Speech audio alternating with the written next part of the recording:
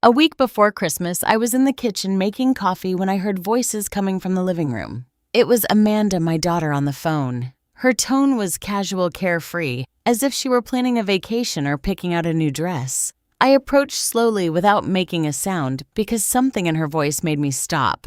Then I heard her say clearly, "Just leave all 8 grandkids with her to watch and that's it. She doesn't have anything else to do anyway.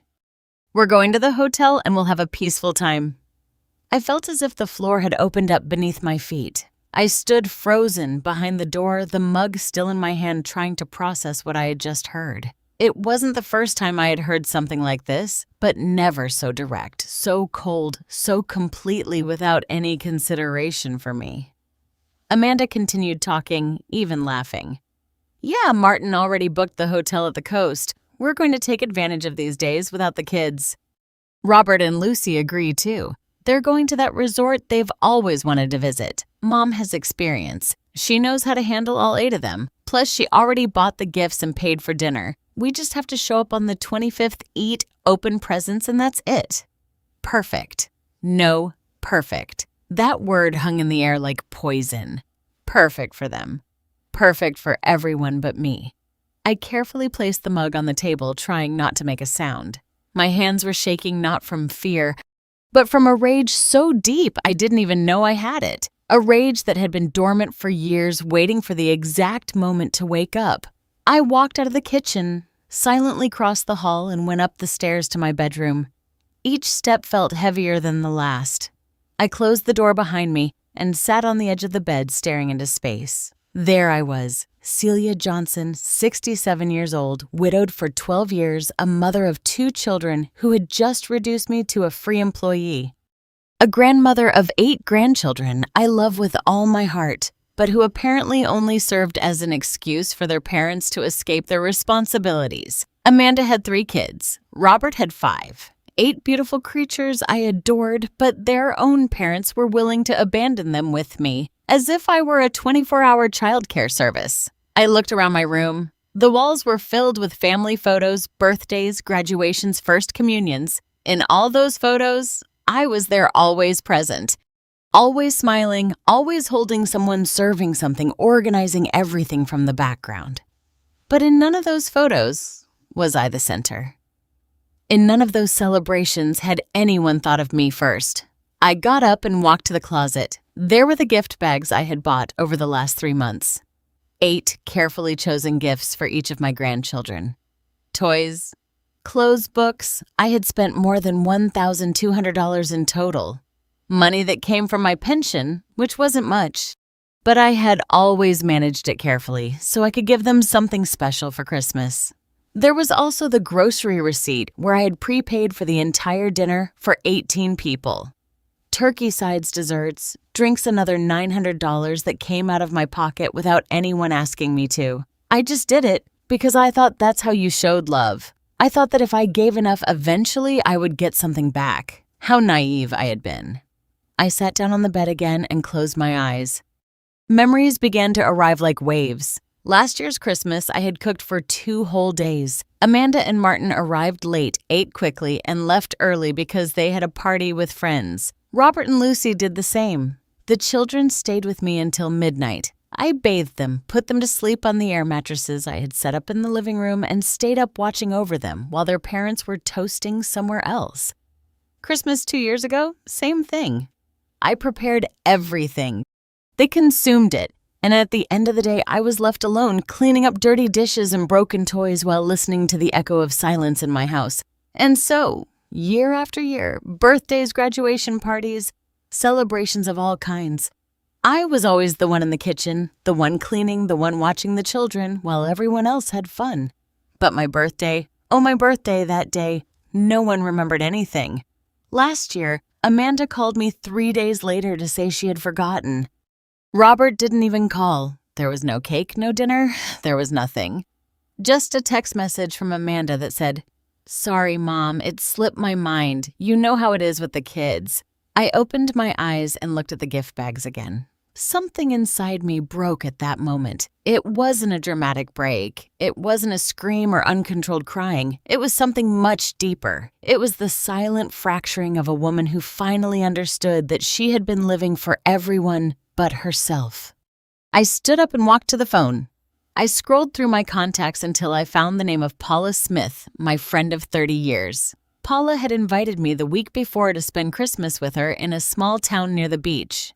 I had declined the invitation because, of course, I had to be with my family. I dialed her number. It rang 3 times before she answered. "Celia, what a surprise! How are you, Paula?" I said, and my voice came out firmer than I expected. "Is your invitation for Christmas still on?" There was a brief pause on the other end of the line. Then Paula's warm voice replied, "Of course it is." "What happened?" I lied. Or maybe it wasn't a lie. Maybe something was finally happening, something important. I just decided that this year I want to do things differently. That sounds perfect. We'll leave on the 23rd in the morning. I was thinking of going to the little coastal town where everything is calm. No pressure, just rest in the ocean. That sounds like exactly what I need. We hung up and I stood there looking at the phone in my hand. Something had changed. I didn't know exactly what, but I could feel it. It was as if after years of carrying an invisible weight, someone had finally given me permission to let it go. I went down to the kitchen again. Amanda was no longer in the living room. She had probably left without even saying goodbye as she always did. I took out my notebook and started writing a list. It wasn't a shopping list or a to-do list for Christmas dinner. It was a list of things I was going to cancel. I sat in the kitchen with the notebook open in front of me. The pen in my hand seemed to weigh more than usual. Outside, the December sun was beginning to hide behind the buildings, painting everything in shades of orange and gray. Inside of me, something dark was also starting to move. I wrote the first line, cancel the grocery store order. $900 that would go back into my account. $900 that I had set aside with effort, calculating every penny of my pension to be able to give them a decent dinner. A dinner they weren't even going to appreciate. I wrote the second line, return the gifts. $1,200 more. Money I had saved for months, denying myself things I needed so I could see my grandchildren's faces light up as they opened their presents. But their parents weren't even going to be there to see that. They were going to be in hotels at resorts, enjoying themselves while I did all the work. I closed the notebook and leaned back against the chair. The memories started coming without permission as they always did when I was alone. I remembered Christmas 5 years ago. It was the first Christmas without my husband. He had died in October, and I was still broken inside trying to pretend everything was okay. Amanda called me 2 weeks before Christmas and said, "Mom, you're gonna cook like always this year, right? The kids are expecting your turkey. We don't want to disappoint them." I had just lost the love of my life, and my daughter was asking me to cook. She didn't ask how I was. She didn't offer to help. She just reminded me of my obligation. And I did it. I cooked the turkey. I prepared the side dishes. I decorated the house. I put on a nice dress and smiled when everyone arrived. No one mentioned my husband. No one toasted to his memory. It was as if he had never existed. They ate. They opened gifts. They left. I stayed alone that night, sitting on the couch, looking at the food scraps and wondering if anyone would notice if I simply disappeared. I also remembered my 65th birthday. It had been 2 years ago. I didn't expect much. I never did. But that particular day, I had woken up with a little hope. Maybe Amanda would remember. Maybe Robert would show up with the kids. Maybe someone would make me feel like my existence mattered. I waited all day. I made coffee in case someone came. I baked a small cake, feeling ridiculous for doing it for myself. The hours passed. The phone didn't ring. No one knocked on the door. At 8 o'clock at night, I finally got a message from Amanda. "Sorry, Mom." The day got away from me. Happy belated birthday. Robert didn't even write. I ate a slice of cake alone in the darkness of my kitchen, wondering when I had become invisible to my own children. But the worst part wasn't the forgotten birthdays or the lonely Christmases. The worst part was all the times it became something useful to them. I remembered when Amanda had her first child. I was excited to be a grandmother. I thought it would be a beautiful experience we would share together. But from the very first day, Amanda turned me into her personal nanny. Mom, come watch the baby. I need to sleep. Mom, stay with him tonight. We have an important dinner. Mom, take him to the doctor. I have work. It was never, Mom, thank you. It was never, Mom, how are you? It was always, Mom, I need you to do this. And I did it. Of course I did it because I thought that's how it worked. I thought that if I made myself indispensable, if I solved all their problems, eventually they would see me. They would value me. They would love me the way I needed to be loved. But it didn't work that way. The more I gave, the more they asked. The more I did, the more they expected. I became a resource, not a person. A solution, not a mother. Robert wasn't any different. When he and Lucy had their first child, the story repeated itself. Calls at midnight because the baby wouldn't stop crying and they didn't know what to do. Entire weekends watching the kids because they needed time for themselves. They never paid me. They never really thanked me. They just assumed I would always be there available without a life of my own, without needs of my own. And the saddest part is that I allowed that to happen. I trained my children to treat me that way. Every time I said yes when I wanted to say no. Every time I smiled when inside I was breaking. Every time I swallowed my pain so as not to inconvenience anyone. I built this prison. I forged the chains myself. I got up from the chair and walked to the window. Outside, the neighbors' Christmas lights were starting to come on, bright colors trying to cheer up the winter darkness. But inside me, there was only gray. I thought about all the previous Christmases, all the times I had decorated this house alone, all the trees I had put up without help, all the dinners I had prepared while my children arrived late or didn't show up at all. I thought about last year when Amanda asked me to watch her 3 kids for 4 days because she and Martin were going on an anniversary trip. I accepted, of course. The kids got sick during those days. High fever, vomiting. I didn't sleep for 3 nights caring for them, taking them to the doctor, giving them medicine. When Amanda returned, tanned and rested, the first thing she said to me was, Mom, the kids look terrible. What did you feed them? She didn't ask how I was. She didn't thank me for staying up all night. She blamed me and I didn't say anything. I just lowered my head and apologized. I also remembered when Robert borrowed money from me 2 years ago. He needed to pay a debt and assured me he would pay me back in 3 months. It was $2,000. Almost everything I had saved for emergencies. I gave him the money.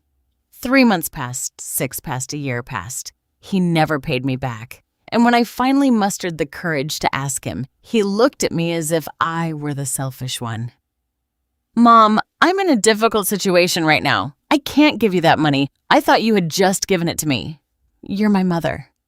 You're supposed to help me without expecting anything in return. I was speechless. Because he was right about one thing. I had always given without expecting anything in return. But that didn't mean it didn't hurt. It didn't mean it didn't make me feel used. I went back to the table and opened the notebook again. I started writing a different list. It wasn't a list of things I was going to cancel. It was a list of all the times I had been invisible. My 63rd birthday. No one came. Last year's Mother's Day, I received a generic text message. Christmas 3 years ago. I cooked for 15 people. No one stayed to help me clean. The time I was in the hospital with an infection, Amanda said she couldn't visit because she had yoga. When I sold my mother's jewelry to help Robert with his business, he never thanked me. The list grew page after page, years and years of moments when I had been treated as secondary. As someone whose existence only mattered when it was convenient for others. When I finished writing, I looked at the pages filled with black ink and realized something. I had stopped existing for them a long time ago. I had become a function, a service. I was no longer Celia. I was no longer the woman who had dreams, desires, needs. I was just Mom, the problem solver, Grandma the caretaker, her, the one who is always available. I closed the notebook hard. The sound echoed in the empty kitchen. Something inside me hardened at that moment. It wasn't hate. It wasn't revenge. It was something much simpler and more powerful. It was the decision not to disappear again. That night I couldn't sleep. I stayed awake staring at the ceiling, listening to the silence of the house. A silence I knew too well. The same silence that had accompanied me for the last 12 years ever since my husband died and left me alone in this world. But I wasn't really alone, was I? I had 2 children. I had 8 grandchildren. I had a family, or at least that's what I believed, what I had believed for so long. I got up from the bed around 3 o'clock in the morning and went down to the living room. I turned on a small lamp and sat on the couch. In front of me on the wall was the large family portrait we had taken 4 years ago. We were all there. Amanda with Martin and their 3 children, Robert with Lucy, and their 5 children and me in the center, smiling. But as I looked at that photo, something hit me with a brutal force.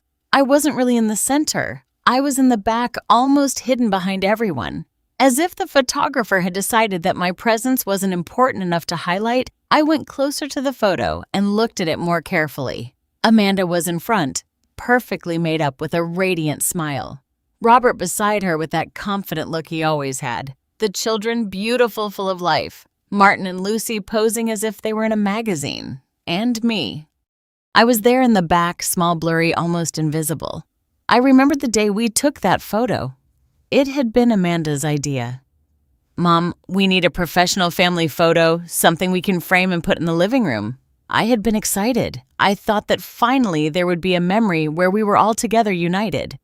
But when we got to the studio, the photographer started arranging everyone. He put Amanda and Robert in front. He arranged the grandchildren around them.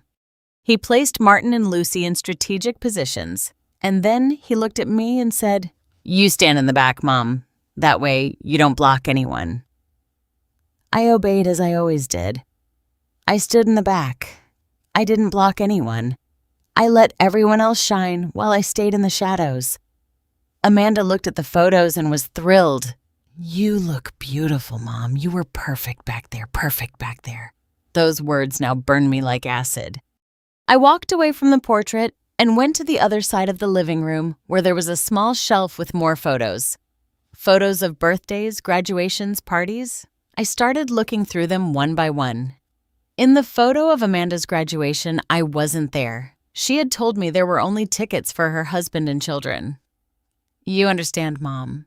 The space is limited." I understood. I always understood. In the photo of Robert's first child's baptism, I was cut in half. Someone had decided that the important part of the photo was the baby and the parents. My face was divided by the edge of the frame. In the Christmas photo from 3 years ago, I was in the kitchen serving food. I wasn't with them at the table. I wasn't toasting. I was working as always. I kept looking photo after photo. And in all of them, it was the same. I was absent, cut off, blurry, or simply in the background doing something useful. I was never the center. I was never the protagonist. I was always the accessory. I sat down on the couch again with an old album in my hands. It was an album from when my children were little. Photos from when Amanda was 5 years old and Robert was 7. Photos of birthdays, beach vacations, afternoons at the park. In all those photos, I was present, smiling, hugging them, kissing them, being their mom. When did I stop being their mom and become their servant? I remembered a specific moment. Amanda was 16. She had come home from school furious because a friend had betrayed her. I was cooking, but I stopped everything to listen to her. I sat with her for 2 hours drying her tears, giving her advice, making her laugh. In the end, she hugged me and said, "Thanks, Mom. You're the best. You're always there when I need you. You're always there when I need you." That phrase had been a blessing then. Now I saw it as a curse because I realized that was exactly what I was to them. Someone who was there when they needed me, not someone who existed for myself, not someone with my own needs, just someone available to solve their problems. And with Robert, it had been the same. I remembered when he was 20 and going through a breakup. He came to my house in the middle of the night crying. I stayed awake with him all night. I made him tea. I hugged him. I told him everything was going to be okay. He said to me, "I don't know what I would do without you, Mom." You always know how to fix things. You always know how to fix things. Another curse disguised as a compliment, because that's what I did. I fixed things. I solved problems. I was available. And at some point along that road, I stopped being a person and became a tool. I closed the album and put it aside. My hands were shaking not from cold, but from contained rage. I remembered Mother's Day last year, that day that is supposed to be for honoring mothers, to make them feel special, to thank them for everything they have done. Amanda sent me a text message at 11 o'clock in the morning. "Happy Mother's Day, Mom. We love you very much," with a heart emoji at the end. That was all. A generic message she probably sent from her bed without even thinking about it. Robert called me at 3 o'clock in the afternoon. "Hey, Mom. Happy Mother's Day." "Hey, can you watch the kids next weekend? Lucy and I need to go out." Not even on Mother's Day could I just be the mother. I had to continue being the nanny.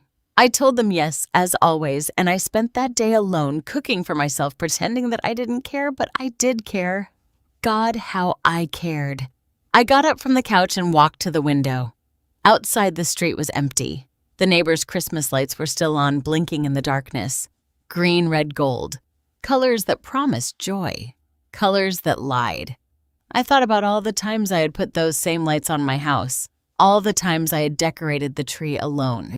All the times I had tried to create a warm and cozy atmosphere for my family. And what had I received in return? Nothing. Absolutely nothing. I remembered the year I got sick. It had been 3 years ago, a bad case of pneumonia that kept me in bed for 2 weeks. The doctor told me I needed absolute rest and that someone should take care of me. I called Amanda. "Mom, I can't. The kids have activities and Martin is busy with work, but I can send you soup. Does that work for you?" She never sent the soup. I called Robert. "Mom, this week is complicated. Lucy has an important event and I have meetings, but I'll call you later." Okay. He didn't call. I spent those 2 weeks alone, dragging myself to the kitchen to make myself something to eat, taking medicine with trembling hands, sleeping in sweat and fever with no one to put a cool cloth on my forehead. And when I finally recovered and was available to them again, no one asked how I had been. They only called again when they needed something. "Mom, can you watch the kids? Mom, can you lend me money? Mom, I need you to come help me with this. Always needing, never giving." I walked away from the window and went back to the couch. I took out my phone and opened the photo gallery. I started looking through recent photos that Amanda and Robert posted on their social media. There they were, smiling, happy in fancy restaurants, on beach trips, at parties with friends, living their perfect lives. And in none of those photos was I, because I wasn't part of their perfect lives. I was part of their obligations, their burdens, the things they had to tolerate but not celebrate. I kept looking. I found a photo from 6 months ago. It was Martin's birthday. Amanda had organized a big party. There was food, music, decorations. Everyone looked happy. I was not invited. I found out about the party days later when I saw the photos online. When I asked Amanda why she hadn't invited me, she said, "Oh, Mom, it was an adult party. I thought you'd be bored, plus it was last minute." Last minute, it had been planned for weeks, but I wasn't invited because I wasn't part of their social circle. I was just the one who watched their kids when they wanted to go out. The tears started to fall. They weren't tears of sadness. They were tears of rage, of frustration, of years and years of feeling small, invisible, insignificant. I angrily wiped away the tears and took a deep breath. I wasn't going to cry about this anymore. I wasn't going to sit around waiting for my children to finally see me, because now I understood the truth. They were never going to see me. Not because I wasn't visible, but because they had chosen not to look. Dawn came slowly that morning. I was still awake on the couch, surrounded by scattered albums and photos. The gray light of day began to filter through the windows, illuminating the mess of memories I had left around me. I got up with an aching body. I hadn't slept at all, but my mind was clearer than ever. It was as if all the fog of years of confusion had finally lifted, and I could see with painful clarity. I went to the kitchen and made coffee. While I waited for the coffee maker to finish, I opened my phone and looked up the grocery store's number. It was 7 o'clock in the morning. I knew they opened at 8. I decided to wait. I sat at the table with my steaming cup of coffee in my hands. The warmth of the liquid comforted me, anchoring me to the reality of what I was about to do. It wasn't revenge I felt. It was something deeper. It was the conscious decision to stop sacrificing myself for people who had never appreciated it. It was choosing myself for the first time in decades. At 8 o'clock on the dot, I dialed the grocery store's number. A friendly voice answered on the other end. "Good morning, Central Market. How can I help you?" "Good morning. I need to cancel an order I placed for Christmas. The name is Celia Johnson." There was a pause as the person looked in the system. "Yes, here it is. A large order for 18 people. Turkey full-size desserts. The total is $900. Are you sure you want to cancel it?" "It's almost ready to be delivered on the 23rd. Completely sure." "Please cancel it." "Understood. The full refund will be made to your card within 3 to 5 business days. Is there anything else I can help you with?" "No, that's all. Thank you." I hung up the phone and looked at it. $900 that would come back to me. $900 that I could use for myself, for something I wanted, for something that would make me happy. Next on my list were the gifts. I had bought 8 gifts from different stores over the last 3 months. Some still had receipts, others didn't. But I was going to try to return all of them. I got dressed quickly and left the house. The first store opened at 9 o'clock. I arrived 15 minutes early and waited in the parking lot. When the doors finally opened, I went straight to the returns counter. "Good morning. I need to return this." I placed a large box on the counter with a building set I had bought for Robert's oldest son. It had cost $150. The employee checked the receipt. "It's within the return period. Any problem with the product?" "No. I just changed my mind." "Understood. Refund to the card or store credit?" "Refund to the card." She processed the return and gave me the receipt.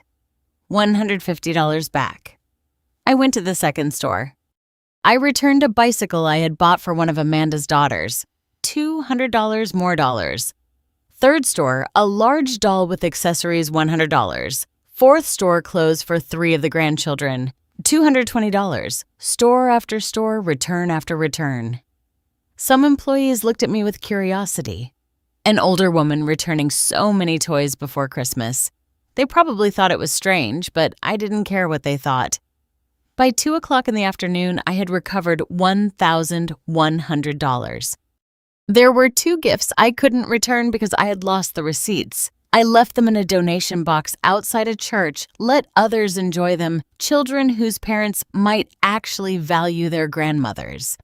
I returned home exhausted, but with a strange feeling in my chest. It wasn't joy. It wasn't sadness. It was something like relief. Like when you finally stop carrying a heavy load you've been holding for too long. I sat in the living room and dialed Paula's number. "Celia, what a surprise." "How are you, Paula? About that beach trip, how long were you planning to stay?" "Well, I was going to be there until the 27th, but I can stay longer if you want. I was actually thinking of spending New Year's there too. It's a peaceful place, perfect for resting."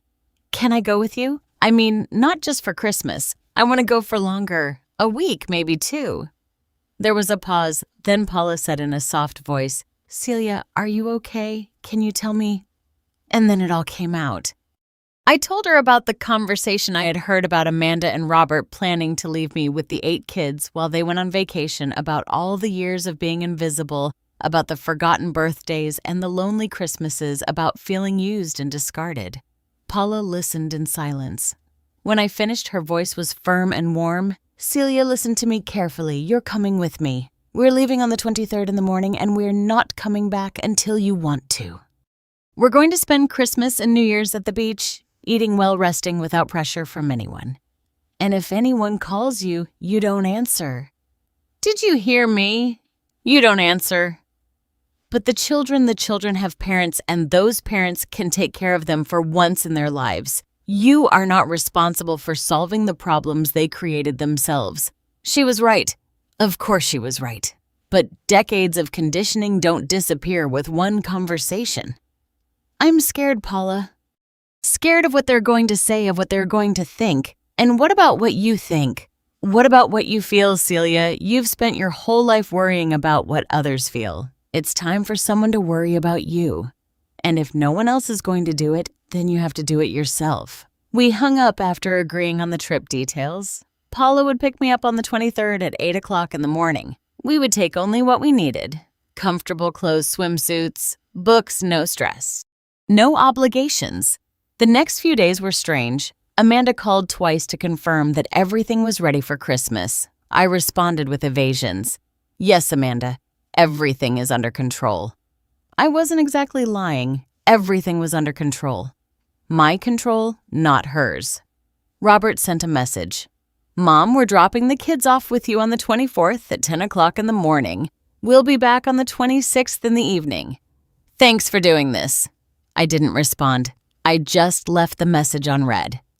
On the night of December 22nd, I started packing. I took a small suitcase out of the closet and put it on the bed. I didn't need much. A couple of comfortable pants, light shirts, sandals, my swimsuit that I hadn't used in years. While I was packing, the doorbell rang. It was late, almost 9 at night. I went downstairs feeling a little surprised and opened the door. It was Amanda. She had a bag in her hand and a forced smile on her face. Hi, Mom. I brought you this. She held out the bag. Inside were packages of cookies and juice boxes for the kids. You know how they like to snack. She didn't invite herself in. She didn't even ask how I was. She just handed me the bag like someone delivering a package. Amanda, I said in a calm voice, I need to tell you something. She looked at her watch. Mom, I'm in a hurry. Martin is waiting for me in the car. It can be quick. I looked at my daughter. I really looked at her. I saw the woman she had become, successful, confident, well-dressed, but I also saw her for what she was. Someone who had learned to use people without even realizing she was doing it. I'm not going to be here for Christmas. Amanda blinked in confusion. What do you mean you're not going to be here, Mom? We already agreed. What? You agreed. I didn't agree to anything. I heard your conversation last week. I know you planned to leave all 8 kids with me while you and Robert went on vacation. Her face went rigid. You were listening to my private conversations. I was in my own house.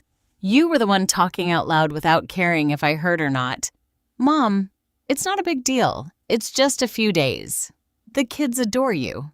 It's not a big deal, I repeated slowly. It's not a big deal that you use me as a free nanny. It's not a big deal that you assume I don't have a life of my own. It's not a big deal that you never ask me what I want.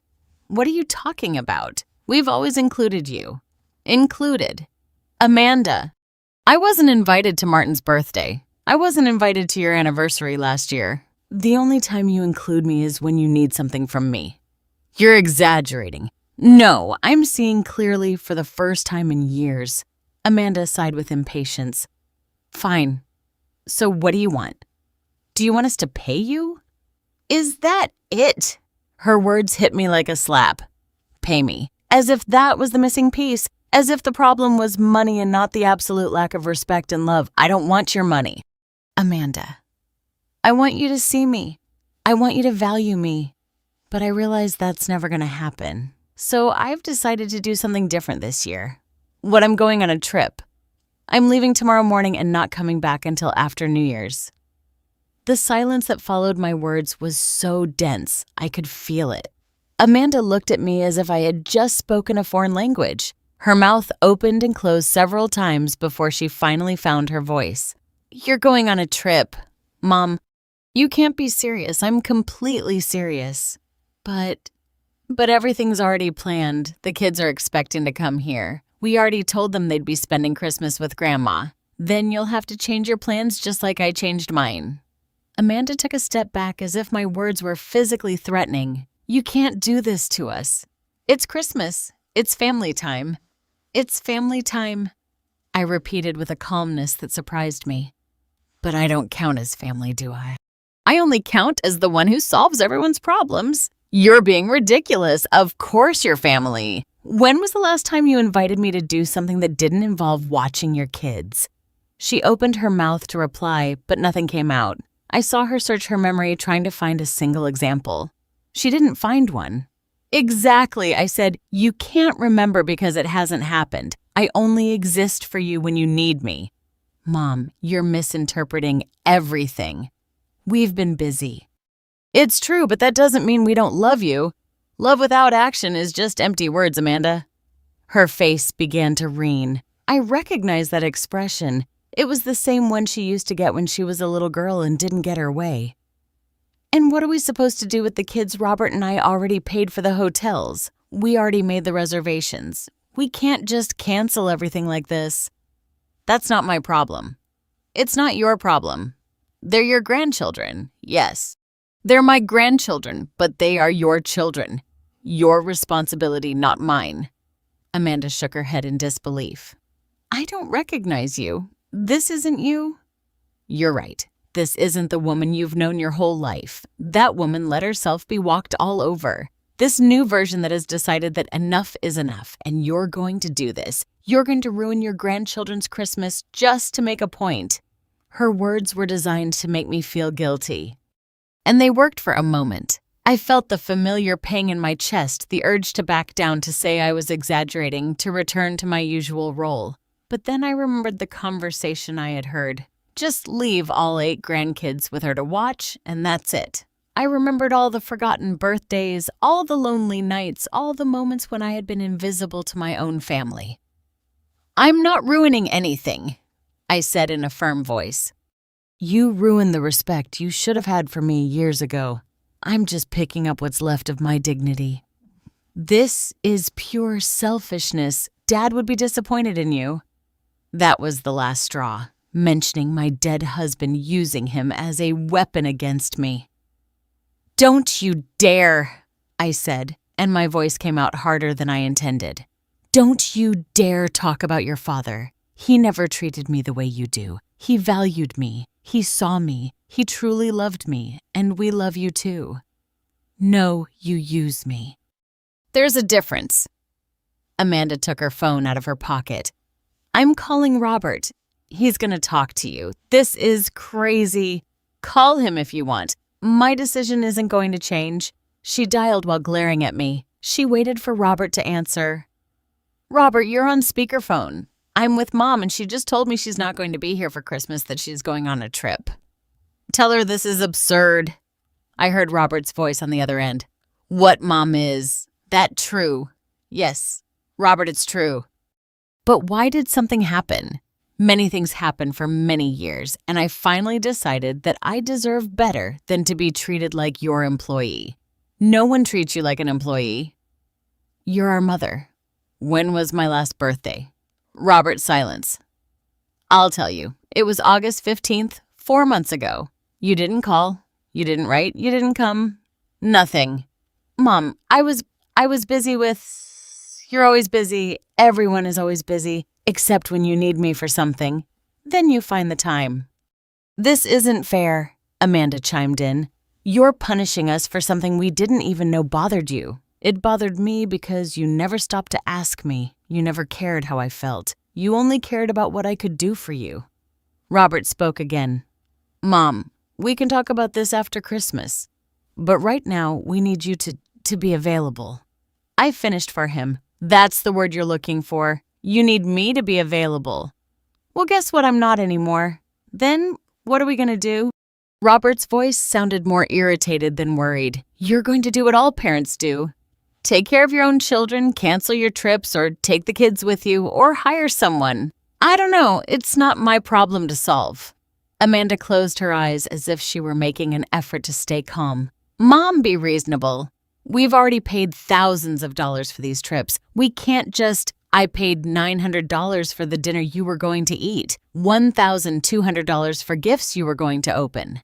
That money matters, too. Or at least it should. Wait, Robert said. You canceled the dinner and the gifts. I returned them, every one of them, and I got my money back. The silence on the other end of the phone was absolute. I could imagine Robert's face processing this information.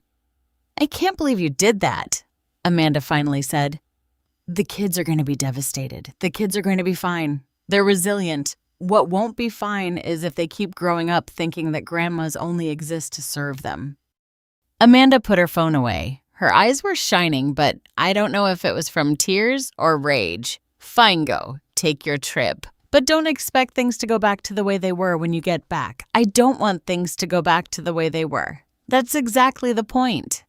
She turned around and started walking to her car. Then she stopped and looked at me over her shoulder. "You're going to regret this. The only thing I regret is not having done it sooner." I watched her get into the car where Martin was waiting. Even from a distance, I could see her tense body language as she told him what had happened. The car started quickly and disappeared into the darkness of the street. I closed the door and leaned against it. My hands were shaking. My heart was beating fast. But I didn't feel bad. I felt liberated. I went up to my room and continued packing. I folded each item of clothing carefully, thinking about the beach, about the sun, about conversations without pressure. I packed my swimsuit, the one I had bought 3 years ago, and had never used, because there was never any time for me. I put my favorite book in the suitcase, a book I had tried to read 5 times but was always interrupted. This time I would finish it. I added a new notebook. Maybe I would write. Maybe I would draw. Maybe I would just use it to make lists of things that made me happy, things I had forgotten I liked. My phone started ringing. It was Robert. I didn't answer. He called 3 more times, then Amanda, then Martin, then Lucy. They all wanted to convince me. They all wanted me to go back to my place, to the place where I was useful but invisible. I turned off the phone. The silence that followed was beautiful. I sat on the bed and looked at the half-full suitcase. It was small. I didn't need much. I just needed space to breathe. December 23rd dawned with a clear sky. I woke up early before the sun came out with a strange feeling in my chest. It wasn't fear. It wasn't guilt.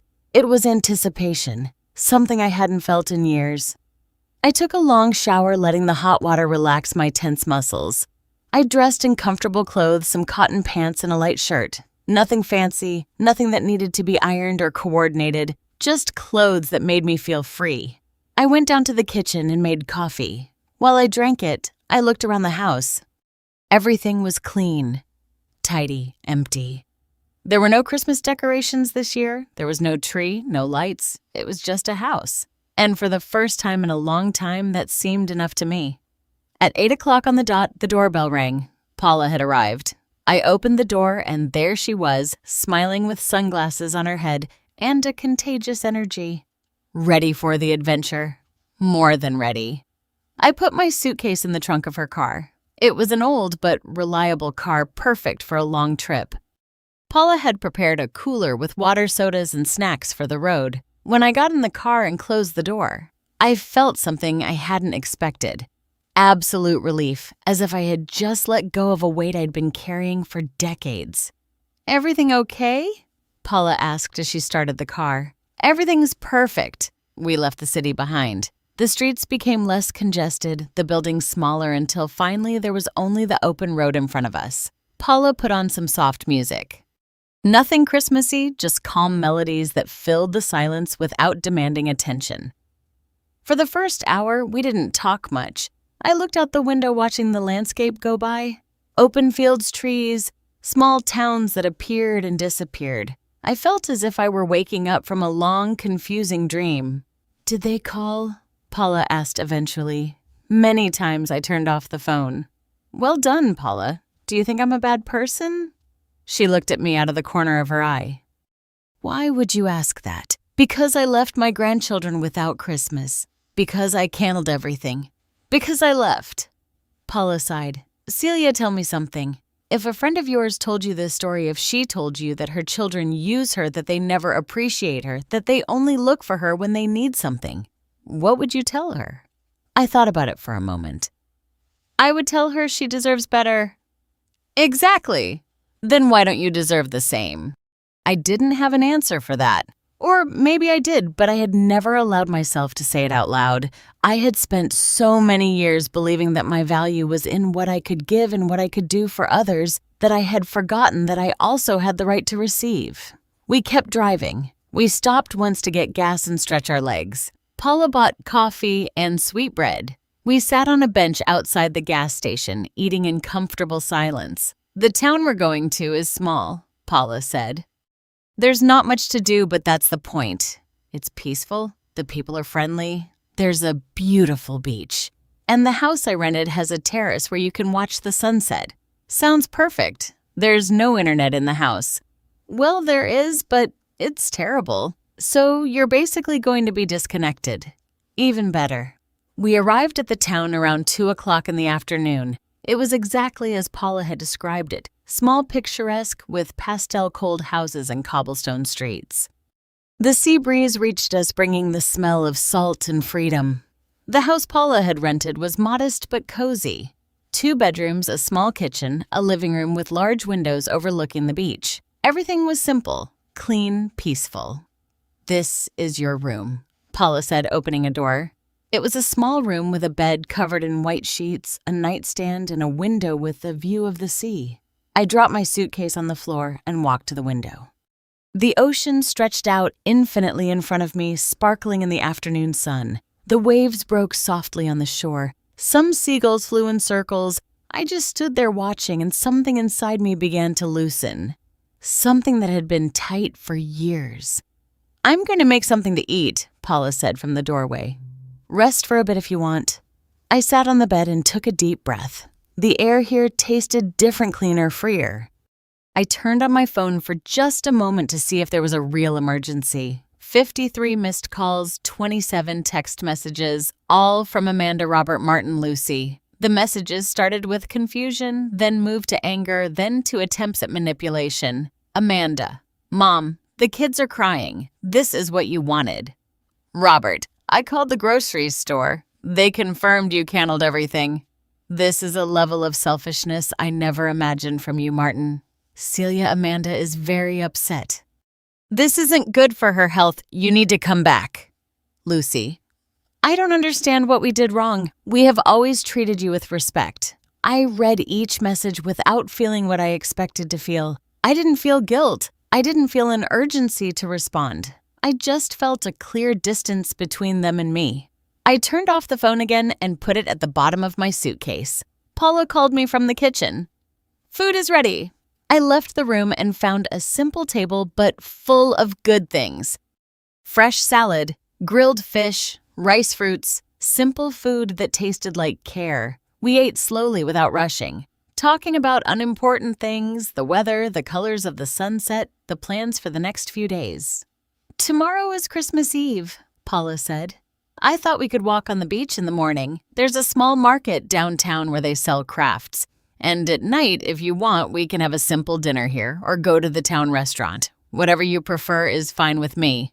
"Celia, this trip is for you. What do you want?" The question caught me by surprise. What did I want? It had been so long since anyone had asked me that.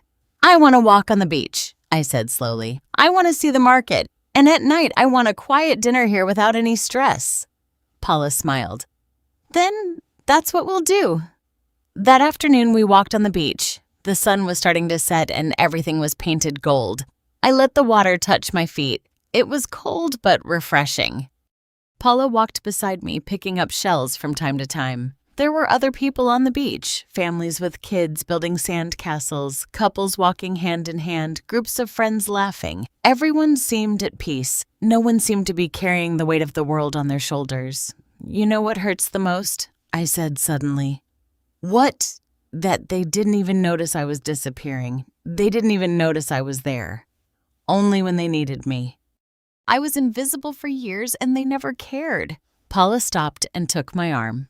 "Celia, look at me. You're not invisible. They chose not to see you. There's a huge difference. And the fact that they couldn't see your worth doesn't mean you don't have it." Her words hit me hard. I felt the tears coming, but this time I didn't stop them.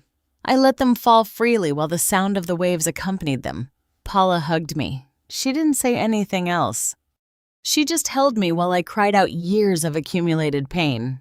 When I finally pulled away, I wiped my tears and looked at the horizon. The sun was touching the water now, creating a path of light on the waves. "Thank you," I said to Paula. "What for?" "For seeing me, for being here, for not judging me. That's what real friends do." We returned to the house when it was already getting dark. Paula made tea and we sat on the terrace wrapped in light blankets listening to the constant sound of the sea. We didn't talk much. There was no need. The company was enough. That night I slept soundly for the first time in weeks. There were no nightmares, no anxiety, just a deep and restorative rest. Christmas Eve dawned bright and warm. I woke up to the sound of seagulls and the smell of fresh coffee coming from the kitchen. For a moment, I didn't remember where I was. Then it all came back to me. I was far away. I was free. I was choosing myself for the first time in decades. I got up slowly without rushing. Paula was already in the kitchen making breakfast. Toast, fresh fruit, orange juice. Good morning. How did you sleep better than I have in years? We ate breakfast on the terrace, looking at the sea. The water was calm this morning, almost like a mirror reflecting the sky. Some people were already walking on the beach, taking advantage of the cool hours before the sun got stronger. Ready for the market? Paula asked. Ready. We walked to the center of town. The streets were livelier than the day before. Christmas music played from the stores, but it wasn't the loud commercial music of the city. It was soft, almost comforting. The market was small but charming. There were stalls with local crafts, handmade jewelry, black and white photographs from local artists. Everything had a personal touch, as if each piece carried the story of the person who'd created it. I stopped at a stall that sold woven bracelets. They were simple but beautiful, each in different colors. The woman who was selling them was older, probably my age. She had wrinkled but strong hands, hands that had worked a lifetime. They're beautiful, I told her. Thank you. I make them myself. Each one is unique. How much is this one I pointed to, one in shades of green and white? $15. I took the money from my purse and bought it. I put it on my wrist and I liked how it felt. Light, simple mine. Paula bought some earrings. We kept walking, stopping at different stalls without pressure, without a schedule. It was the first time in years I had been able to do something like this. Just walk, just look, just exist without anyone needing anything from me. At one of the stalls, there were handmade notebooks. I remembered the notebook I had brought in my suitcase. I thought about all the things I wanted to write, all the things I had kept silent about for so long. I bought a small notebook with a fabric cover. It cost $12. I would have it as a backup for when the other one was filled with words that needed to come out. Around noon, we returned to the house. It was hot now, and we decided to spend the afternoon at the beach. Paula brought umbrellas and towels. I put on my swimsuit for the first time in 3 years. I looked at myself in the mirror before I left. My body had aged. There were wrinkles, stretch marks, marks of time. But there was also the body that had carried 2 children. The body that had worked tirelessly, the body that had sustained me through everything. At another time, I would have criticized myself. I would have thought about everything that was wrong. But today, I only felt gratitude.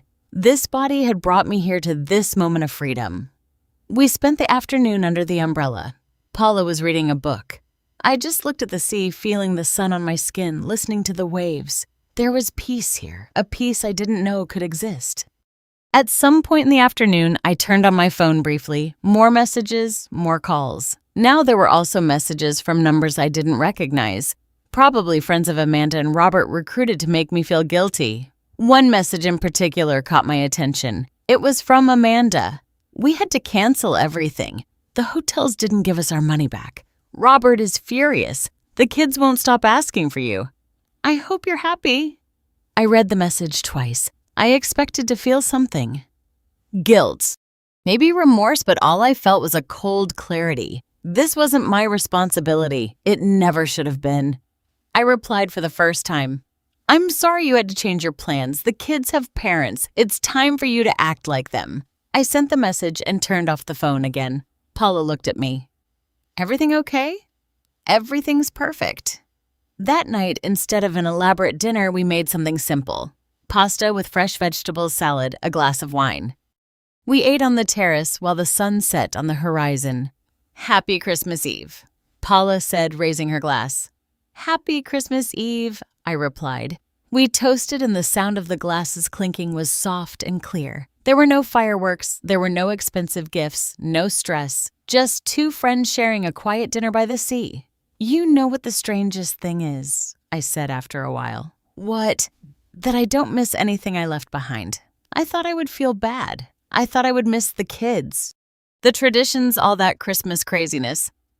But no, I just feel relief. That's because you're finally where you should be with yourself.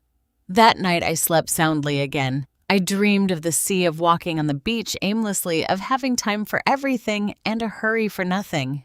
Christmas Day dawned just as beautiful. Paula and I had a late breakfast with no alarms, no obligations. Then we went for a walk on a trail that bordered the coast. The landscape was breathtaking. Rocks, wild vegetation, the sea stretching out infinitely. In the afternoon, we decided to go to the town's restaurant. It was a small family-run place. There were other people there also spending a peaceful Christmas. An older couple, a group of friends. Everyone seemed happy, relaxed. We ordered fresh fish and a bottle of white wine. The food was delicious, prepared with care and affection. It wasn't an elaborate 15-course dinner. It was simple. But it had something that the dinners I used to prepare never had. I could enjoy it without worrying about serving others. While we ate, my phone started vibrating in my purse. I ignored it. It kept vibrating. Paula looked at me. "Are you going to answer no?" But the vibration continued, insistent, annoying. Finally, I took out the phone. It was Amanda calling over and over. I sighed and answered, "Yes, Mom." Her voice sounded different, controlled, but tense. "We need to talk. I'm busy." "You're busy," she repeated in a tone I couldn't decipher. "It's Christmas Day and you're busy." "That's right. Robert and I are coming to your house tomorrow. We need to sort this out." "There's nothing to sort out, Amanda. I've already made my decision. You can't just leave and pretend you don't have responsibilities. My only responsibilities are to myself. You're adults. You have to learn to manage your own lives. What about the kids? What did they do wrong? The kids didn't do anything wrong. But it's not my job to raise them either. I already raised my children. Now it's your turn. I don't recognize you." "Good, because the woman you knew no longer exists. She got tired of being invisible." There was a long pause. Then Amanda spoke in a lower, almost threatening voice. "Fine. If this is what you want, perfect. But don't expect us to look for you when you get back. Don't expect us to include you in anything. You made your decision. Now, live with the consequences." "I'll live with them perfectly well." I hung up before she could respond. My hands were trembling slightly, but not from fear, from something like liberation. Paula looked at me from across the table. "How do you feel, Free?" That night back at the house, I sat on the terrace with the notebook I had bought. I opened the first page and began to write. Today is Christmas, and I'm where I want to be. For the first time in my life, I chose my own peace over the expectations of others. And I don't regret it. I kept writing. About the years of silence, about the moments of invisibility, about learning that saying no is not selfishness, but self-love. I wrote until my hand hurt, and when I finally closed the notebook, I felt something I hadn't felt in years. Hope. The following days passed in a calm I didn't know. Paula and I woke up late, had breakfast on the terrace, walked on the beach. Read, talked. There were no schedules, no pressures. Just time that moved slow and soft like the waves. On the afternoon of December 28th, I was reading in the living room when I heard my phone ring. I had left it on, but on silent. This time it wasn't a call. It was a message from an unknown number. I opened it out of curiosity. "Celia, it's Lena Brown, your neighbor. Amanda and Robert are here. They've been knocking on the door for the last hour. I thought you should know." I read the message twice.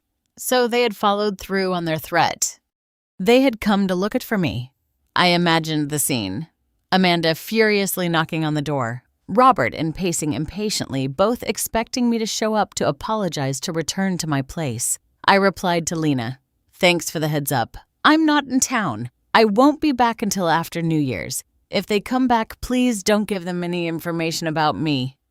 Lena responded quickly, "Understood. Take care." I put the phone aside and went back to my book, but I couldn't concentrate. I knew this wasn't over. I knew I would eventually have to face them face to face. That night while we were having dinner, I told Paula what had happened.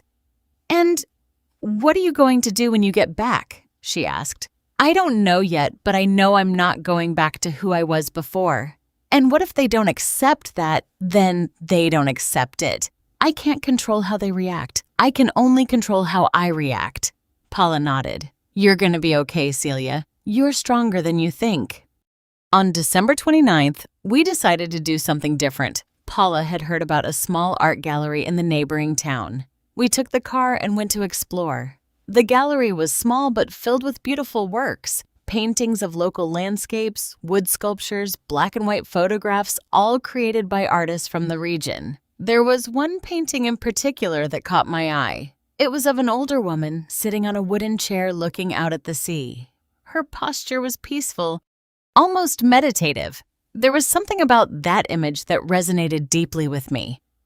"It's beautiful," I said to the gallery owner. "A local artist painted it," he explained. "She says it represents the peace that comes after the storm.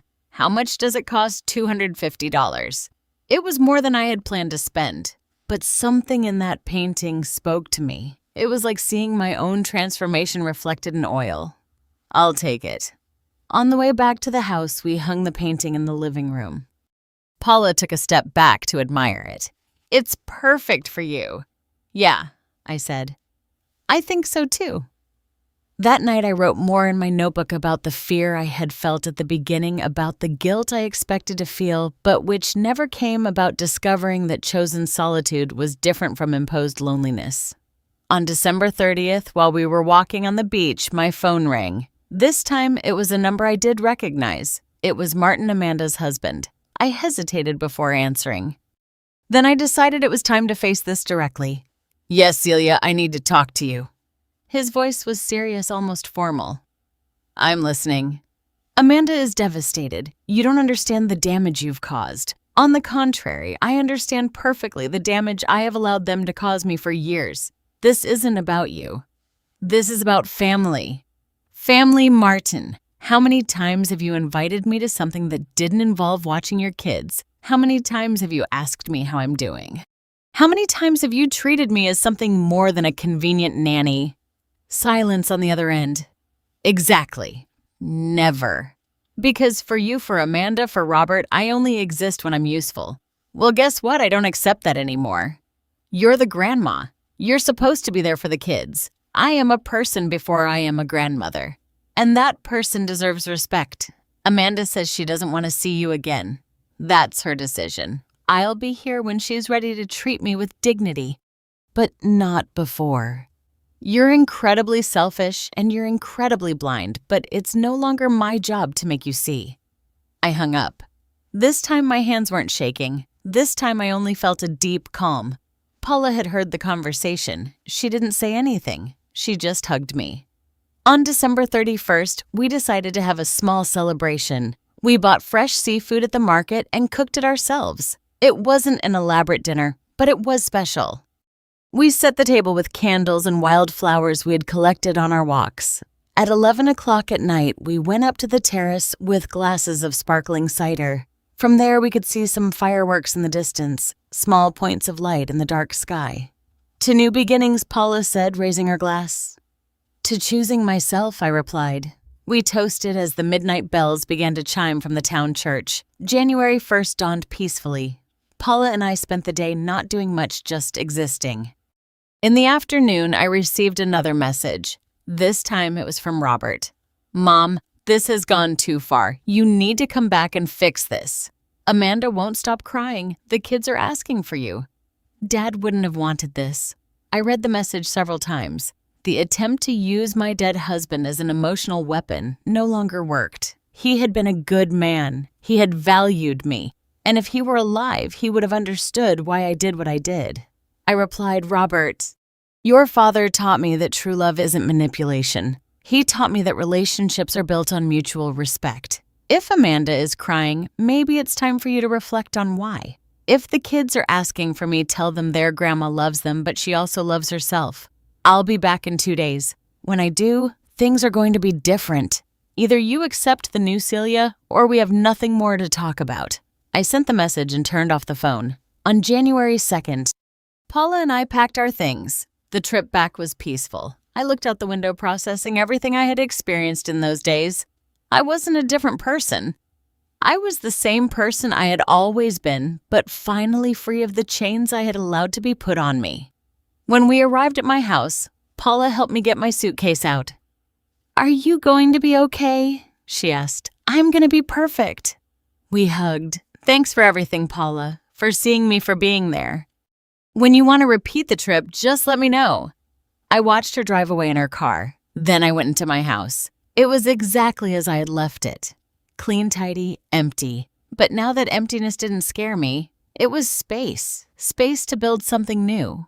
I hung the painting I had bought on the living room wall. The woman looking out at the sea was now looking at me, reminding me who I was now.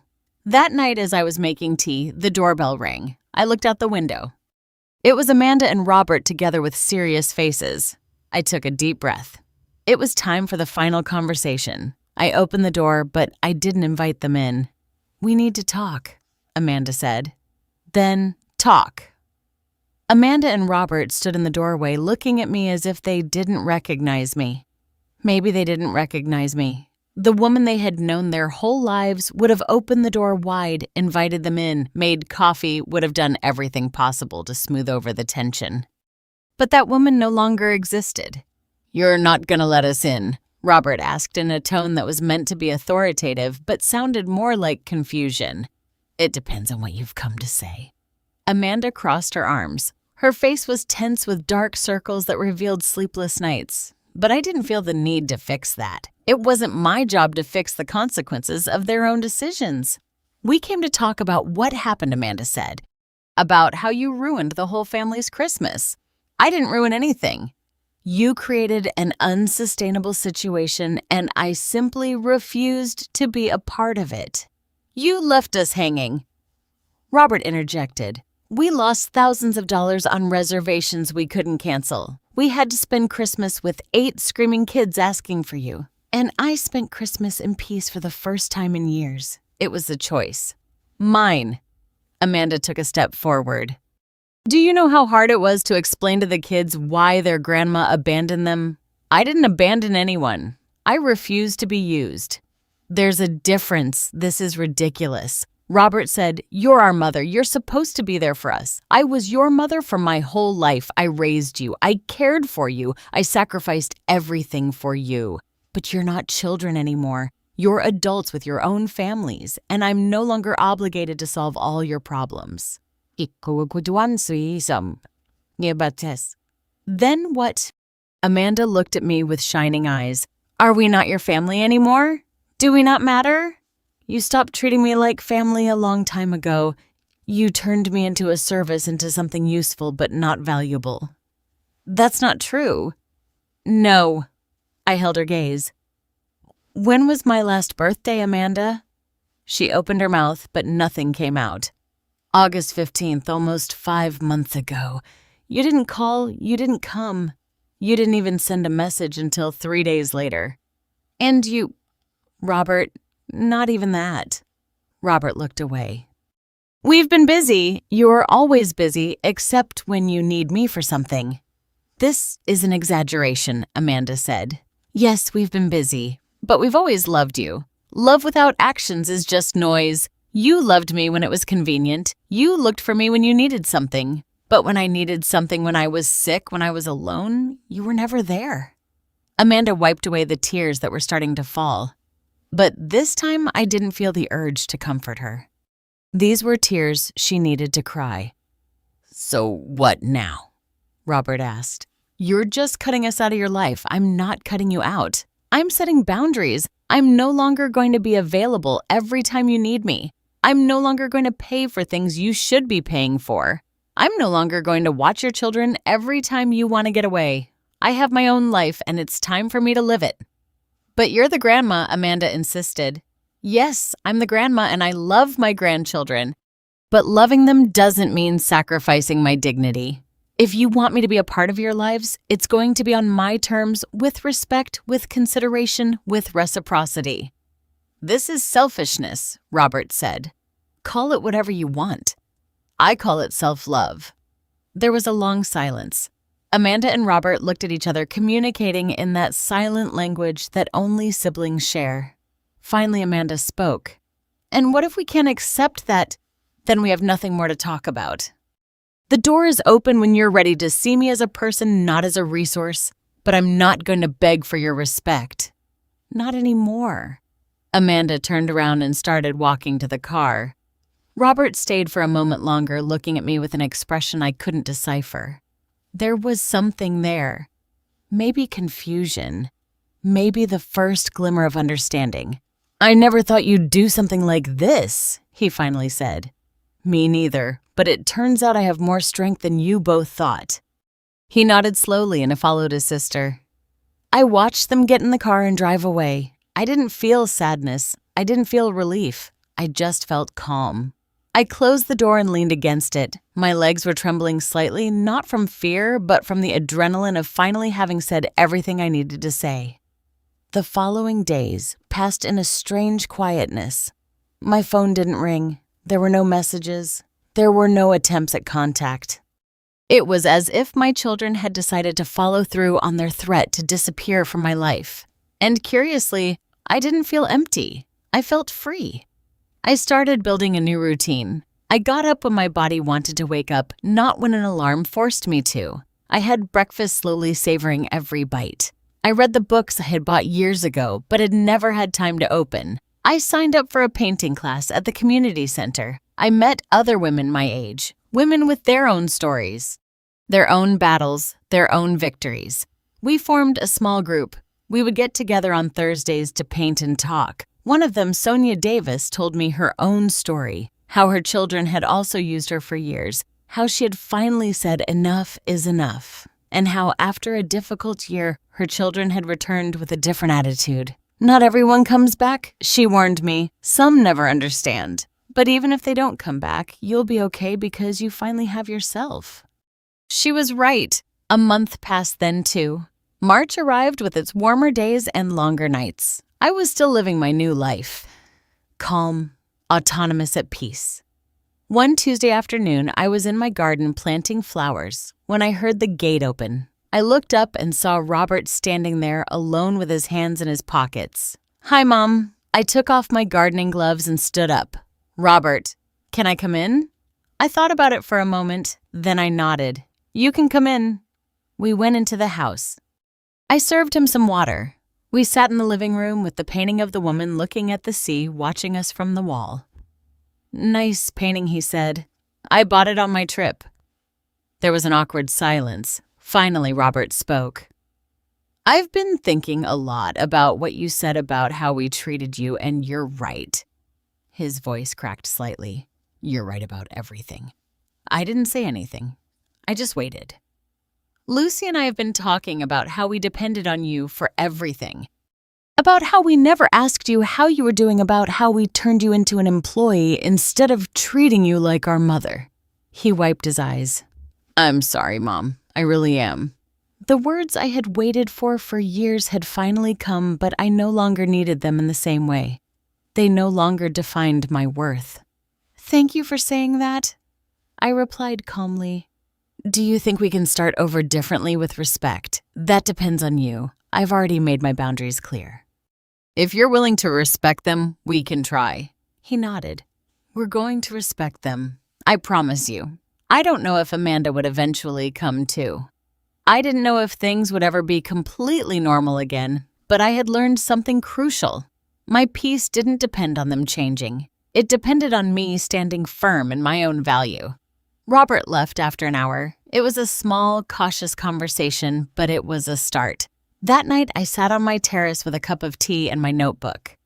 I looked at the stars and thought about the whole journey from that painful conversation I heard, while hidden to this moment of calm. I opened the notebook and wrote, "Today I learned that letting go is not abandoning, it's freeing yourself. I learned that true love doesn't demand sacrifice, but mutual respect. I learned that it's never too late to choose yourself. I'm 67 years old, and I finally discovered that the most important woman in my life is me." I closed the notebook and looked up at the sky. I didn't know what would come next. Maybe Amanda would come back. Maybe not. Maybe my grandchildren would grow up understanding that their grandma was brave, or maybe they would never understand. But it didn't matter anymore, because for the first time in decades, I was whole. Not because someone else made me whole, but because I had finally found myself, and that was enough.